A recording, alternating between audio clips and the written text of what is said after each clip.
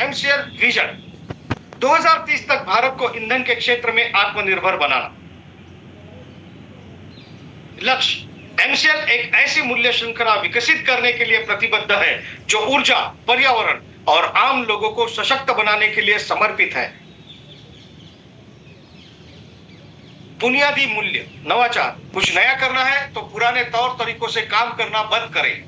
पर्यावरणवाद, अगर पर्यावरणवाद के हित में सोचना कोई सिद्धांत है तो इससे बेहतर सिद्धांत दूसरा नहीं हो सकता।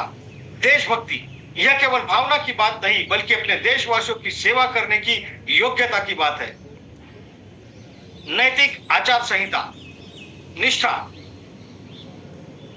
हम अपने व्यवसाय में निष्पक्ष, ईमानदार, पारदर्शी रहेंगे और हम केवल सही काम करेंगे भले ही कोई भी आसपास न हो। जिम्मेदारी, हमें जो काम सौंपा गया है उसके लिए हम 100% उत्तरदायी होंगे। साथ ही हम अपने ग्राहक, कर्मचारी, सदस्य, पूर्तिकार और समुदाय सहित सभी तदारकों के प्रति उत्तरदायी होंगे। अनुराग, हम हर कार्य को मन लगाकर पूरे ध्यान के साथ करेंगे ताकि हमारे उत्पादन, हमारे नवीनीकरण, हमारे परिचालन और व्यवसाय के काम में सबसे ऊंचा मानदंड और गुणवत्ता का पालन हो सके।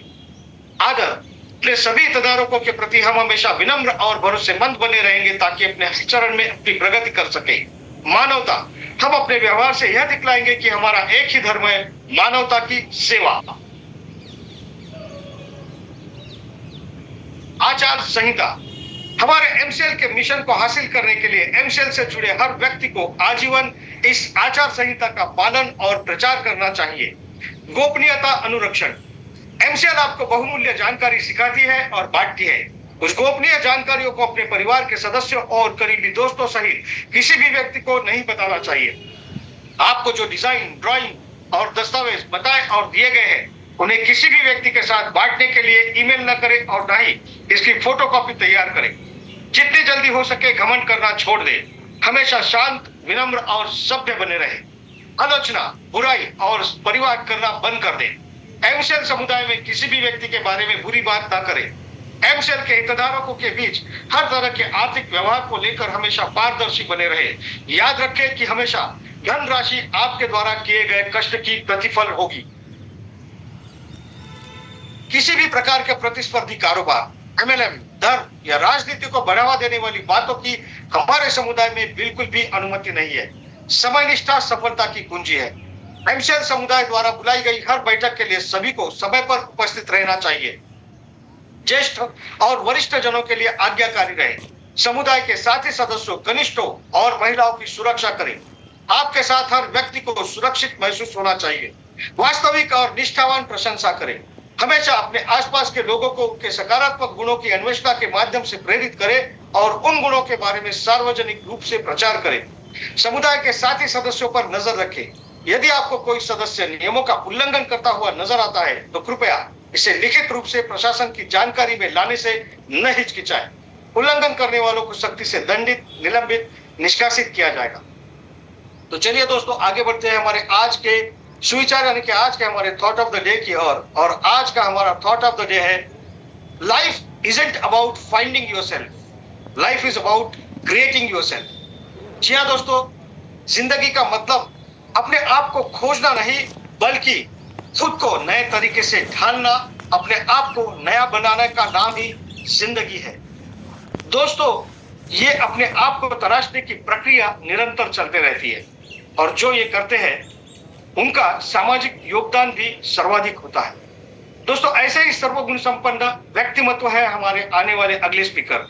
तो चलिए आप लोगों का ज्यादा वक्त न लेते हुए आमंत्रित करते हैं हमारे अगले speaker, executive director of MCL, miss Prachi Dhole. Thank you Mukesh sir. नमस्कार। एमसीएल परिवार में एक बार फिर से मैं आप सबका स्वागत करती हूँ और चलिए हम बढ़ते हैं आज के वेबिनार सेशन की ओर।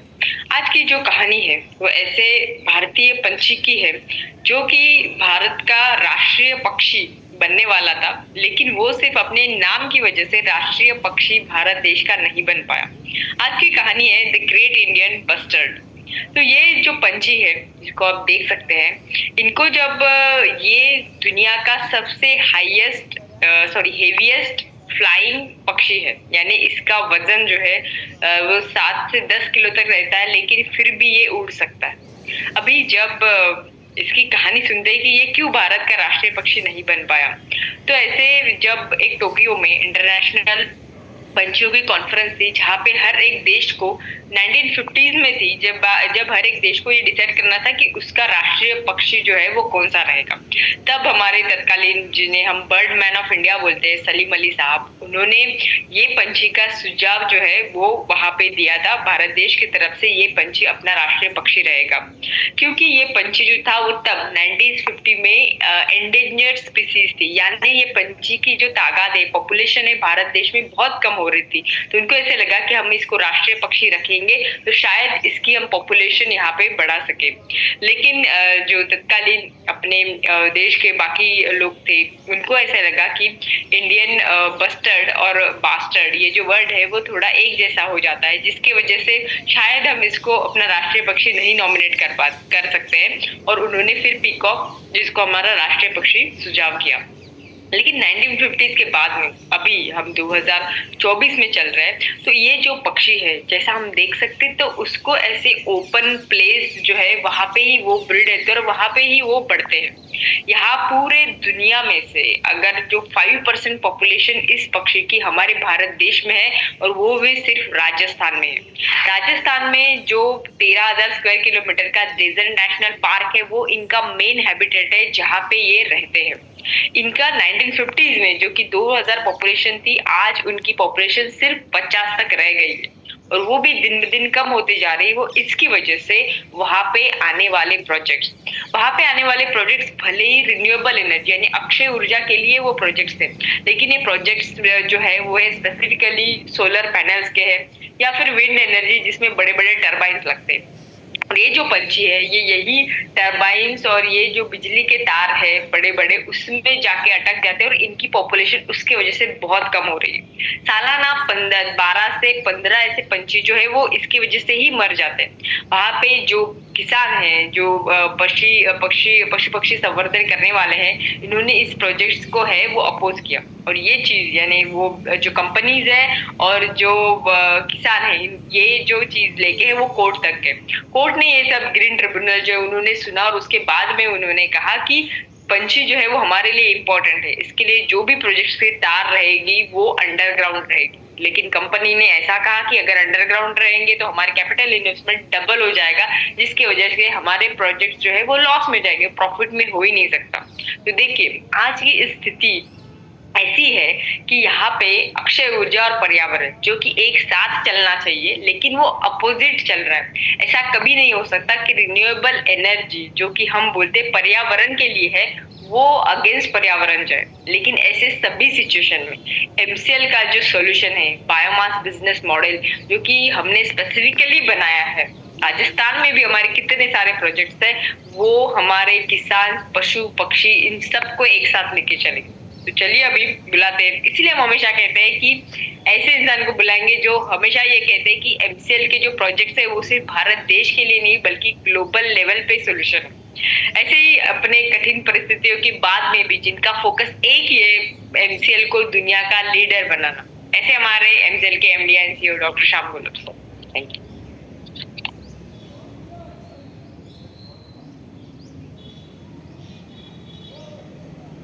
Thank you madam.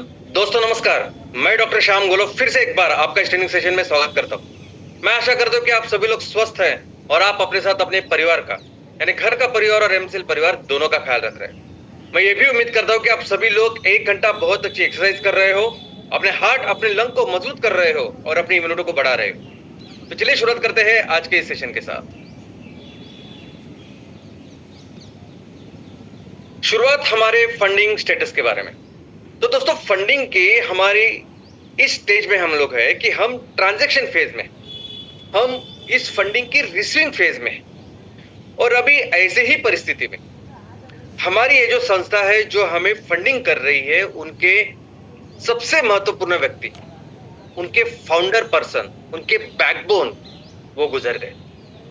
मैं हमारे पूरे एमसीएल परिवार की तरफ से उनको श्रद्धांजलि अर्पित करता हूं। अगले हफ्ते से ये संस्था फिर से कार्यान्वित हो जाएगी और हमारा ये ट्रांजैक्शन का ये पूरा जो प्रोसेस है वो कंप्लीट हो जाएगा। दोस्तों, इस फंडिंग के बारे में मैं हमेशा आपके सामने ट्रांसपेरेंटली ऑनेस्टली सब चीजें रखता हूं। और यही मैं आपको बोलता चाहता हूं कि ये फंडिंग की साइज इतनी अच्छी है कि हमारे परिवार के सभी एमसीएनजी प्रोजेक्ट, सभी एमकोल प्रोजेक्ट्स और हम सभी उद्योजक के लेवल पे, हमारे परिवार के हर परिवार के सदस्य के लेवल पे जो बिजनेस करना चाहते हैं, जिस बिजनेस एक्टिविटी की शुरुआत करना चाहते हैं, वो सब कुछ हम इस फंडिंग के बाद करेंगे। जैसे ये फंडिंग शुरू होगी हम आपको इसके बारे में अवगत करेंगे। दोस्तों तो चलिए फोकस करते हैं। अभी हमारा सबसे इंपॉर्टेंट जो फोकस है, सबसे इंपॉर्टेंट जो हमारा काम है उसके ऊपर।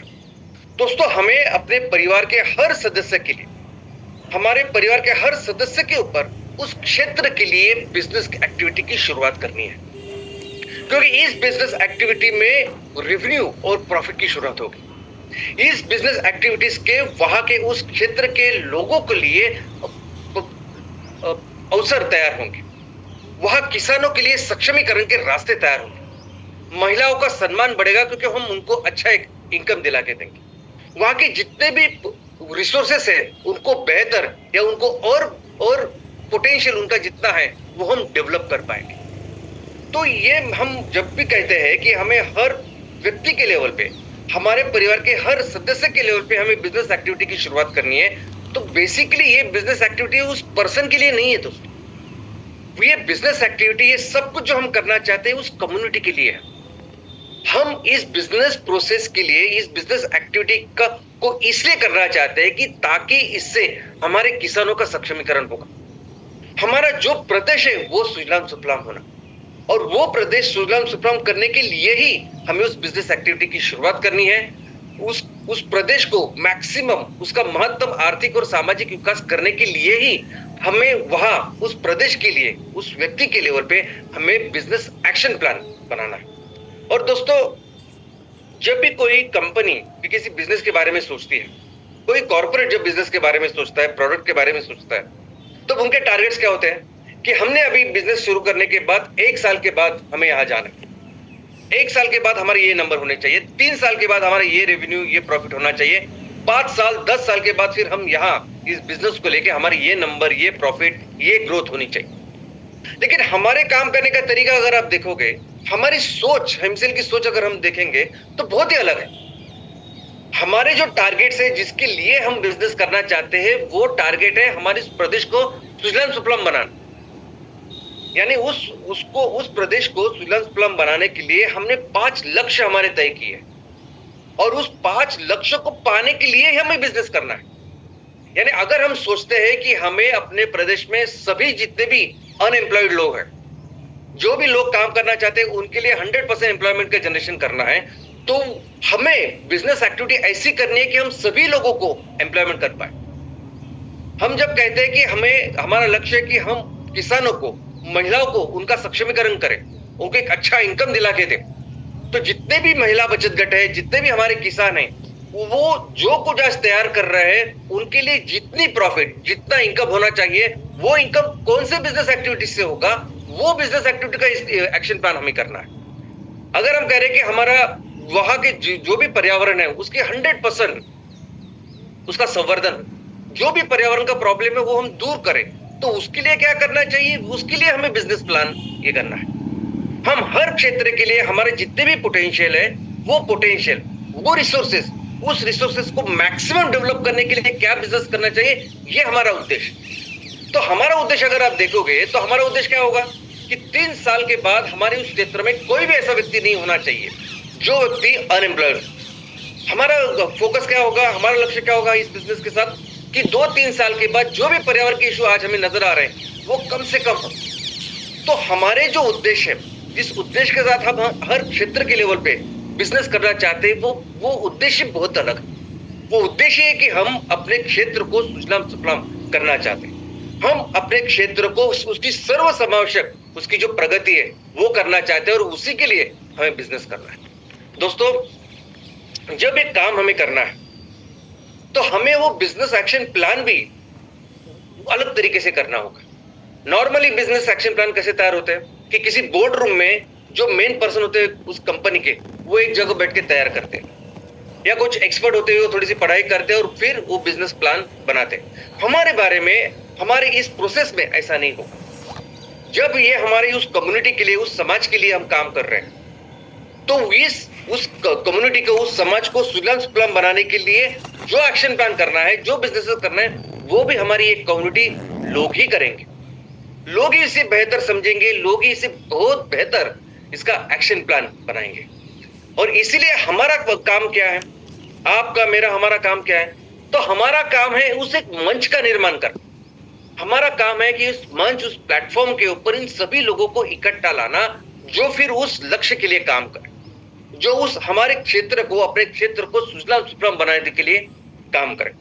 तो हमारा बेसिकली ये लक्ष्य, हमारा जो काम है, हमारी जो भूमिका है इस पूरे प्रोसेस में, वो बेसिकली लोगों को एक विजन के लिए, एक मिशन के लिए साथ लाना है। और दोस्तों, जब हम कह रहे हैं कि मैक्सिमम लोगों को अपने क्षेत्र के एक साथ लाने की जरूरत है, और तभी जाके हम इस चीज को पा सकते हैं, उस लक्ष्य को पूरा कर सकते हैं, तो इसके लिए बहुत डिफिकल्ट कैसा कुछ काम करने की जरूरत नहीं।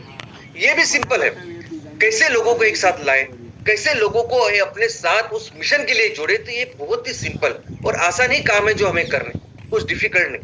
सबसे पहले हमें क्या करना होगा, तो सबसे पहले हमारे क्षेत्र में जितने भी ऐसे लोग हैं जिनको आज रोजगार की जरूरत है, उनको रजिस्टर करना, उनको इकट्ठा लाना। 1 रुपया भी किसी से नहीं लेना, किसी के पैसे को हाथ नहीं लगाना, 1 रुपया भी नहीं लेना, कुछ भी नहीं करना, सिर्फ सब लोगों को इकट्ठा लाना है। ऐसे सभी लोग जो आज रोजगार चाहते हैं, full time, part time, third gender या दिव्यांग या कोई भी ऐसी व्यक्ति जो अपने पैरों के ऊपर खड़े होने चाहती है, जो इस रोजी रोटी को कमाना चाहती है, अपना घर पालना चाहती है, तो इन सभी लोगों को इकट्ठा करना और उन एक मंच पर, यानी हमारे इस बिजनेस एक्शन प्लान में लाना, ये हमारा पहला काम। अभी इनको हमने जब रजिस्टर किया, तो अभी हमारा क्या है, एक बार हमने अपने जो 5E जो हमारा मिशन है, उसमें जो पहला, सबसे ऐसा समझते कि पहला ये है एम्प्लॉयमेंट फॉर ऑल, तो सबके लिए एम्प्लॉयमेंट, 100% एम्प्लॉयमेंट जनरेट करना है। तो पहले तो हम ये देखेंगे कि हमारी ये समस्या या हमारा ये जो इशू है या ये जो हमारा लक्ष्य हमने रखा है, वो कितना बड़ा है, कितना उसका क्या व्याप्ति है, वो हमें देखना पड़ेगा। वो हम देखेंगे इसके बाद। और जब हम इन सभी लोगों को रजिस्टर करेंगे, जब हम सभी लोगों को इकट्ठा लाएंगे, तो उनके अलग अलग जो एक्सपीरियंसेस है, अलग अलग उनका जो एजुकेशन है, कोई पढ़ा लिखा है, कोई बिल्कुल अनपढ़ है, किसी की स्पेशल एबिलिटी है कि जिसके साथ वो कुछ अच्छा काम कर सकता है, कुछ बेहतर कर सकता है, तो इन सभी लोगों को मिला के हम कौन सा बिजनेस कर सकते हैं, कौन सा एक्शन प्लान कर सकते हैं, ऐसी कई सारी पॉसिबिलिटीज फिर हमें तैयार हो। जब इन सभी लोगों को हम इकट्ठा लाएंगे, और हमारा मकसद ये होगा कि इन सभी लोगों के लिए रोजगार तैयार करने के लिए हमें बिजनेस करना है, और इन सभी की जो एक्सपर्टीज है, ये सभी लोग यानी हमारे बहुत इंपॉर्टेंट ऐसे ह्यूमन रिसोर्स है, ये भी बहुत इंपॉर्टेंट रिसोर्स है। इन सभी लोगों के साथ एक बहुत अच्छे बिजनेस की निर्मित की जा सकती है, जो हम एक्चुअली जब काम करेंगे, प्रैक्टिकली करेंगे, तो आपको और अच्छी तरह से समझ में आएगा। लेकिन इन सभी लोगों के साथ, इनके अलग अलग एजुकेशन एक्सपीरियंसेस के साथ, एबिलिटीज के साथ, और मार्केट जो डिमांड है, उस सभी का मिश्रण लेके एक अच्छे बिजनेस प्लान हम कर सकते हैं। इनफैक्ट कुछ ऐसे लोग कि जिनके लिए जो प्रोडक्ट्स हम सोच रहे हैं, जो प्रोडक्ट हम फाइनल कर रहे हैं, उसके लिए एक स्पेशल ट्रेनिंग दी जा सकती है कि आप इसमें एक्सपर्ट होइए और फिर इसको काम कीजिए। जैसे अप्रेंटिसशिप या ट्रेनिंग पहले होती थी, वैसे ही जब भी हम एक्शन प्लान बनाएंगे, तब ऐसा भी हो सकता है कि जिसमें कुछ एक्सपर्ट्स आके हमारे यहाँ के लोगों को वो ट्रेनिंग इम्पार्ट करें, वो कौशल्य विकास हमारे लोगों को करे, और फिर उनके साथ हम बिजनेस का निर्माण करें। दूसरा हमारे ये क्या है, तो हमारे ये है सक्षमीकरण, एम्पावरमेंट हमारे किसानों का। तो उसमें हमारा लक्ष्य क्या है कि हमें अपने परिवार के, हमारे क्षेत्र के जितने भी किसान हैं, जितने भी किसान परिवार है जो आज खेती कर रहे हैं, उनको एक अच्छा इनकम दिला के देना, ये हमारी जिम्मेदारी है। इनफैक्ट ये हम अपनी जिम्मेदारी समझते हैं, हम अपनी रिस्पॉन्सिबिलिटी समझते हैं, इसलिए हमें बिजनेस करना है। तो आज हमारा किसान जो भी प्रोड्यूस कर रहा है, जो भी खेती कर रहा है, जो भी आउटपुट आज उसका निकल रहा है, तो हमारा लक्ष्य है कि हमें उसको अच्छा इनकम दिला के देना है, इसीलिए बिजनेस करना है। और इसके 2 तरीके हो सकते हैं कि हम उनकी जो भी प्रोड्यूस है वो खरीदे और किसी और को बेचे, लेकिन वो हमें बिल्कुल करना नहीं। हमें सिर्फ ट्रेडिंग वगैरह ऐसा कुछ करना नहीं, हमें वहां के किसान जो कुछ तैयार कर रहे हैं उसके ऊपर क्या प्रोसेसिंग कर सकते हैं, उसके ऊपर हम क्या प्रोडक्ट तैयार कर सकते हैं, उसके ऊपर काम करना। तो हमारा फोकस रहेगा कि आज किसान जो कुछ काम कर रहा है, जो कुछ फसल उगा रहा है, उसको अच्छी इनकम दिलाना, उसको वही गांव में वो इनकम मिले उसका प्राविधान करना, और उसके ऊपर हम भी वो पैसे देके उसके ऊपर कुछ प्रोडक्ट्स के निर्माण करें और जिसको हम मार्केट में बेच पाए। इनफैक्ट आज अगर हम करंट हमारे एग्रीकल्चर प्रैक्टिस देखेंगे, आप हमारे जो पर एकड़ पर हेक्टर प्रोडक्टिविटी है दोस्तों, वो दुनिया में बाकी के कई सारे देशों से बहुत कम है, और इसके कई सारे कारण हैं, लेकिन इसको बहुत बेहतर हम कर सकते हैं। आज इमीडिएटली हम जब बिजनेस एक्टिविटीज की शुरुआत करेंगे, हम किसानों को एक अच्छा इनकम उनके प्रोड्यूस के लिए देंगे। जो कुछ आज वो उगा रहा है, वो फसल तैयार कर रहा है, उसको जब हम इनकम दिलाने की कोशिश करेंगे, और जब इसको ये कंफर्म हो जाएगा कि मुझे जो भी माल मैं तैयार करूंगा मुझे इस गांव में ही बेचना है, मुझे कहीं जाना नहीं, तो वो कोशिश करेगा कि पर एकड़ या पर हेक्टर या मैं अपने क्षेत्र में कैसे ज्यादा से ज्यादा वो खेती करूं, कैसे बेहतर खेती करूं, कैसे ज्यादा से ज्यादा आउटपुट का इसमें निर्माण करूं। और हम भी किसानों को उसमें मदद करेंगे कि जो भी इनपुट्स लगते हैं इस खेती को बेहतर करने के लिए, इस खेती की प्रोडक्टिविटी बेहतर करने के लिए, उसमें भी हम उनको मदद करेंगे।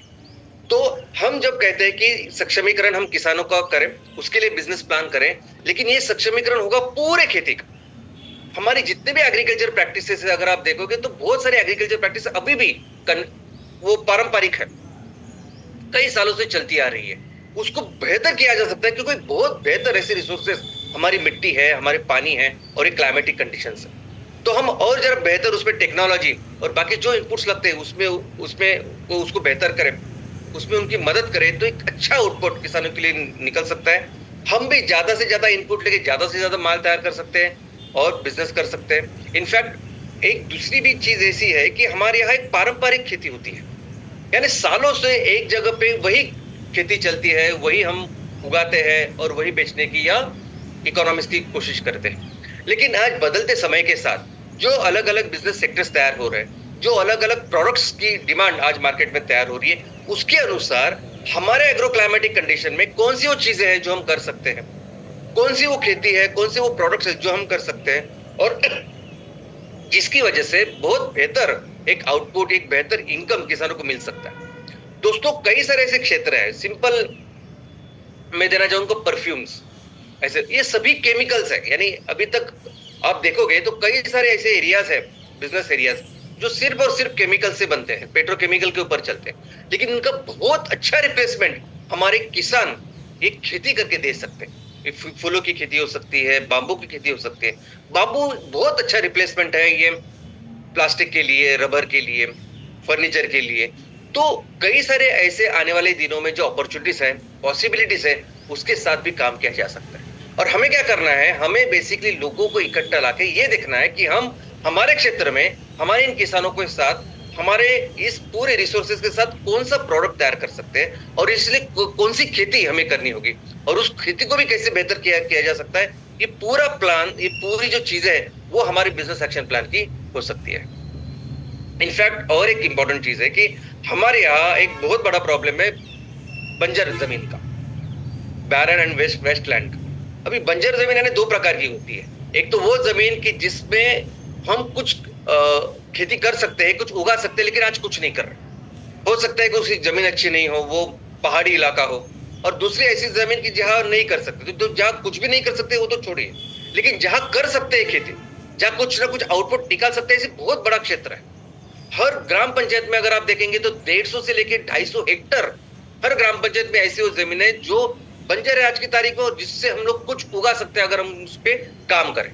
और उसके ऊपर सॉल्यूशंस भी है। हम अगर देखेंगे तो पहाड़ी इलाके में जो हॉर्टिकल्चर है, ऐसे पेड़ जो फल दे सकते हैं, इंटरक्रॉपिंग, ऐसी कई सारी चीजें हैं जो की जा सकती है, और इसमें भी हम मदद करेंगे। ये भी हमारे एक्शन प्लान का हिस्सा होगा कि जिसमें हम ये देखेंगे कि हमारे क्षेत्र में कौन सी वो बंजर जमीन है जिसमें हम कुछ ना कुछ करके किसानों को कुछ आउटपुट, कुछ इनकम दिला के दे सकते हैं। तीसरा जो हमारा काम है कि हमें महिलाओं का सक्षमीकरण करना है। तो इसके लिए उनको कैसे हम इकट्ठा करें, कैसे उनको ऑर्गेनाइज करें। तो दोस्तों हमारे क्षेत्र में जितने भी महिला बचत गट है उनको हम अपने साथ इस पूरे बिजनेस एक्टिविटीज में जोड़ सकते हैं, क्योंकि हमारा प्रिंसिपल ही है।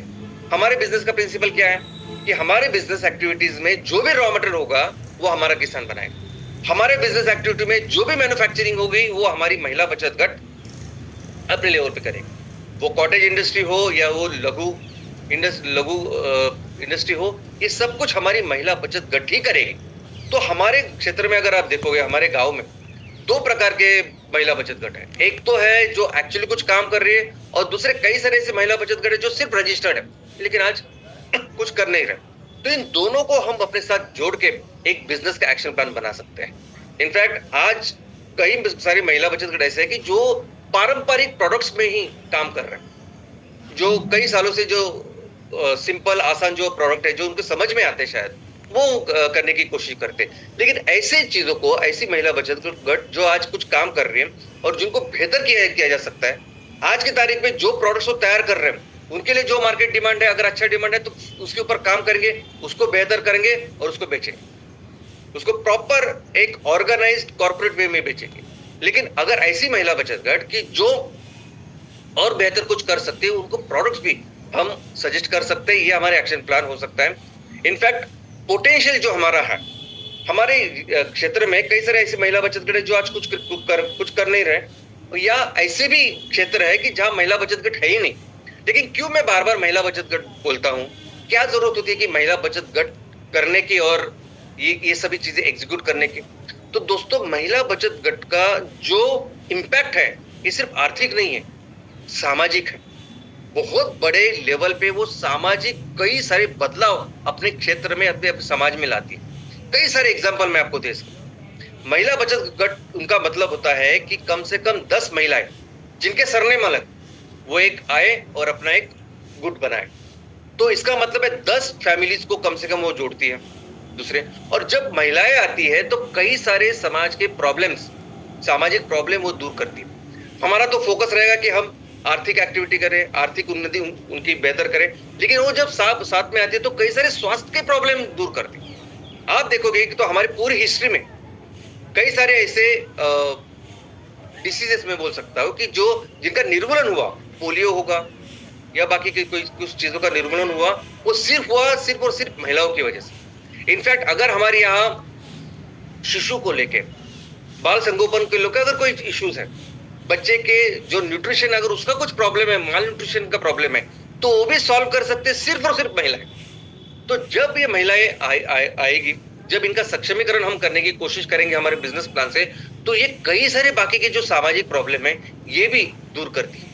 और इसीलिए जरूरी है महिलाएं आए, महिलाओं के मार्फत ये सब कुछ काम हो और उनके मार्फत ये मैन्युफैक्चरिंग एक्टिविटी करके फिर हम अपने बिजनेस को बढ़ाएं।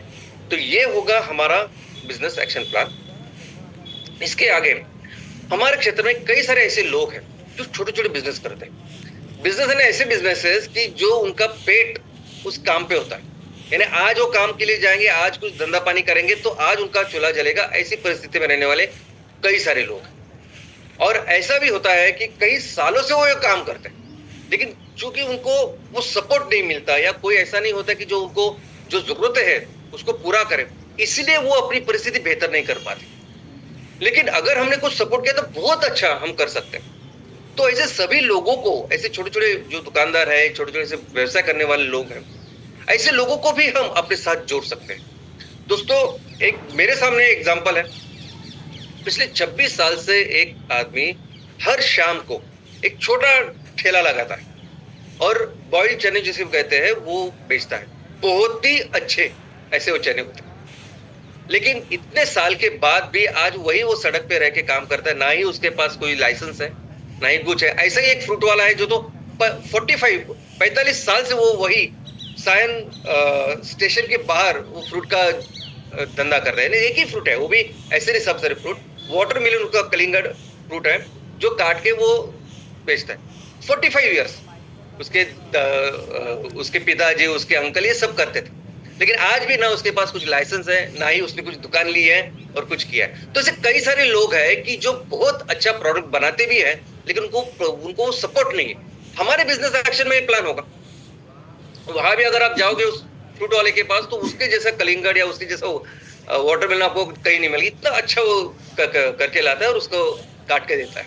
वो भी चने वाला अगर देखेंगे तो सबसे अच्छा चना बनाता है, सब मेरा मानना है। तो तो कई सारे ऐसे लोग हो सकते हैं कि जिनको हम अपने साथ लें, अपने इस बिजनेस एक्शन प्लान का हिस्सा बनाएं और एक बेहतर प्रोडक्ट लोगों को भी दें, और ये पूरे एक्टिविटीज के ये पार्ट हो सकते हैं। इनफैक्ट इनके जो ग्रोथ है, इनका जो पोटेंशियल वो भी एक अच्छा हो सकता है। कई सारे ऐसे लोग भी हैं जो बहुत अच्छे दर्जी है, लेकिन आज उनके पास कुछ सपोर्ट नहीं, वो करते थोड़ा सा काम। कई सारे ऐसे लोग हैं कि जो अच्छा सैलून का काम करते हैं। आज देखिए ना आपकी शहरों में वो एप्स निकले हैं, मोबाइल एप्स, कि जिसमें अगर आपको जो सर्विस लगती है वो सर्विस आप बुक कर सकते हैं और वो लोग घर पे आके वो सर्विस आपकी कर सकते हैं। तो ऐसा ही कुछ काम, कोई ड्राइवर हो सकता है, कोई ऐसी कुछ चीजें हो सकती है, ऐसे ही कुछ काम हम अपने लेवल पे प्लेटफॉर्म तैयार करके कर सकते हैं। तो जब मैं कहता हूँ कि हमें हमारे सदस्य के लेवल पे बिजनेस एक्शन प्लान करना है, तो मैं उस लोगों के बारे में सोच रहा हूँ, उस समाज के लिए, उस कम्युनिटी के लिए हमें वो काम करना है, और इन सभी लोगों को इकट्ठा लाके उस प्लेटफॉर्म, उस मंच के ऊपर उनकी सुविधाएं भी देनी है। क्योंकि जब भी हम बिजनेस की बात करते हैं तो उसमें उत्पादन भी है, उसमें वस्तु भी है और उसमें सेवाएं भी है, और ये पूरा हमारे बिजनेस एक्शन का प्लान हो सकता है। और कुछ ऐसी भी चीजें होती है ना कि जिसके लिए भी लोग इकट्ठा है, कुछ हमारे कम्युनिटी की, समाज की, क्षेत्र की, गांव की जरूरतें होती है, और शायद कई दिनों से वो ऐसी जरूरत होती है और वो चाहते हैं कि कोई ना कोई लीड ले और इस जरूरतों को पूरा करे। तो ऐसे कुछ कामों के लिए भी लोग आ सकते हैं और हमारे इस मंच का हिस्सा बन सकते हैं। और उसमें सबसे इंपॉर्टेंट बात मुझे लगती है, जो मैंने देखी है, अनुभव की है, वो है पानी में स्वयं पूर्णता। दोस्तों कई सारे हमारे इलाके ऐसे हैं कि जहां सफिशिएंट पानी आता है। जब बारिश होती है तब बहुत अच्छा खासा पानी, बहुत ज्यादा तो ठीक है, लेकिन अच्छा खासा पानी आता है। अगर हम उसके ऊपर काम करें तो हम पूरा साल हम वाटर में आत्मनिर्भर हो सकते हैं। लेकिन आप देखेंगे कि जनवरी के बाद उनको बहुत दूर तक जाना पड़ता है वो पानी लेने के लिए। तो छोटी छोटी चीजें हैं, लेकिन इन चीजों को अगर हम इसके ऊपर काम करें, अगर पानी, हमारे क्षेत्र को पानी में स्वयं पूर्ण करने के लिए अगर कुछ काम करना है तो इतने पैसे चाहिए, तो वो पैसे कमाने के लिए बिजनेस करना है, ये हमारी सोच है जो हमें करनी है। दूसरे टॉयलेट्स, सैनिटेशन, अभी ये भी बहुत मूलभूत ऐसी जरूरतें हैं जो हमें पूरी करनी है, और उसके लिए पैसे कमाने हैं, उसके लिए बिजनेस करना है। और कुछ कुछ ऐसे इंफ्रास्ट्रक्चर है, इनफैक्ट मैंने जो अनुभव किए लोगों के पास, तो कभी कभी होता है कि बहुत छोटा सा रोड या रास्ते की जरूरत होती है, लेकिन वो बहुत साल से नहीं होता, या कोई छोटी सी ब्रिज की जरूरत होती है जो दो इलाके के या दो कस्बे को जोड़े, या थोड़े से बारिश में जिसकी जरूरत हो, या सबसे इंपॉर्टेंट जो मैंने देखा है वो अंत्य भूमि, जहाँ अंत्य विधि की जाती है, तो वो एरिया, वो कहीं तो वो क्षेत्र नहीं होता, या वो क्षेत्र हुआ तो उसके जाने के लिए रोड नहीं होता, या बेसिक फैसिलिटीज नहीं होते। तो मैं समझता हूँ कि जो बिजनेस प्लान हमें करना है, हमें अपने कम्युनिटी की ये जो जरूरत है उसको पूरा करना है, उसके लिए पैसे कमाने हैं, बिजनेस धंधा करना है और उसको पूरा करना है। इनफैक्ट हमारे बच्चों के लिए बहुत इंपॉर्टेंट प्लान होने चाहिए। तो दोस्तों बच्चे सबसे इंपॉर्टेंट हमारे रिसोर्स है, सबसे इंपॉर्टेंट ये बच्चे ही है जिनके हाथों में हमारा भविष्य है, ये बच्चे हैं जिनके हाथों में हमारा देश आने वाला है। तो दोस्तों इन बच्चों को सबसे बेहतर हम डेवलप करें, इसका ख्याल बहुत सारे देश करते हैं। बहुत सारे देशों में कई सारे कानून हैं जो बच्चों के लिए प्रोटेक्शन, उनकी सभी चीजों का ख्याल रख सकते हैं। आप अपने खुद के बच्चे भी रहे तो भी उनके साथ गलत व्यवहार नहीं कर सकते, ऐसे कानून। तो दोस्तों हम भी अपने क्षेत्र के बच्चों का ख्याल रखना चाहिए। और जब भी मैं बोलता हूँ कि बच्चों का ख्याल रखना चाहिए, तो मुझे हमेशा दो चीजें समझ में आती है, वो है एजुकेशन कंपलसरी। कोई भी हमारे क्षेत्र में कोई भी ऐसा बच्चा हो, वो कभी भी एजुकेशन से या शिक्षा से वंचित नहीं होना चाहिए। उसके लिए क्या करना है, उसका वो भी हमारा एक एक्शन प्लान का हिस्सा हो सकता है। या कई जगह ऐसे भी है कि जहां आज स्कूलें हैं लेकिन वहां कुछ जरूरतें हैं, कुछ मरम्मत होती है या कुछ बेसिक इंफ्रास्ट्रक्चर की जरूरत होती है, वो हमें काम करना है, इसलिए बिजनेस करना है, इसलिए पैसे कमाने, ताकि हम वो काम को करें। और दूसरा मैं समझता हूँ सबसे इंपॉर्टेंट चीज है वो स्पोर्ट्स, खेलकूद का जो अनन्य साधारण महत्व है, इसकी जो बेनिफिट्स है हम समझते ही नहीं। दोस्तों आज बच्चों को लेके ये मोबाइल की वजह से, स्क्रीन की वजह से कई सारे इश्यूज जनरेट हुए। वो इश्यूज मानसिक भी है, शारीरिक भी है, और हम समझते हैं, हम आए दिन वो देखते हैं। लेकिन खेलकूद एक ऐसा सॉल्यूशन है कि हम सोच नहीं सकते उसका इम्पैक्ट कितना बड़ा है। यानी मानसिक शारीरिक ताकत तो है ही, लेकिन बहुत अलग पर्सनैलिटी वो बना दे। पूरे समाज में एकता निर्माण करने का काम स्पोर्ट्स करता है। यानी स्पोर्ट्स के बारे में जितना बोले उतना कम है। तो मैं हमेशा ये सोचता हूँ कि हमारे बच्चों के लिए भी एक अच्छे स्पोर्ट्स फैसिलिटीज हो, जो भी हम कर सके वो भी हमारे एक्शन प्लान का हिस्सा हो। और कुछ लोग ऐसे भी होंगे हमारे गांव जो सिर्फ इस चीज के लिए हमारे साथ इस मंच में जुड़ेंगे।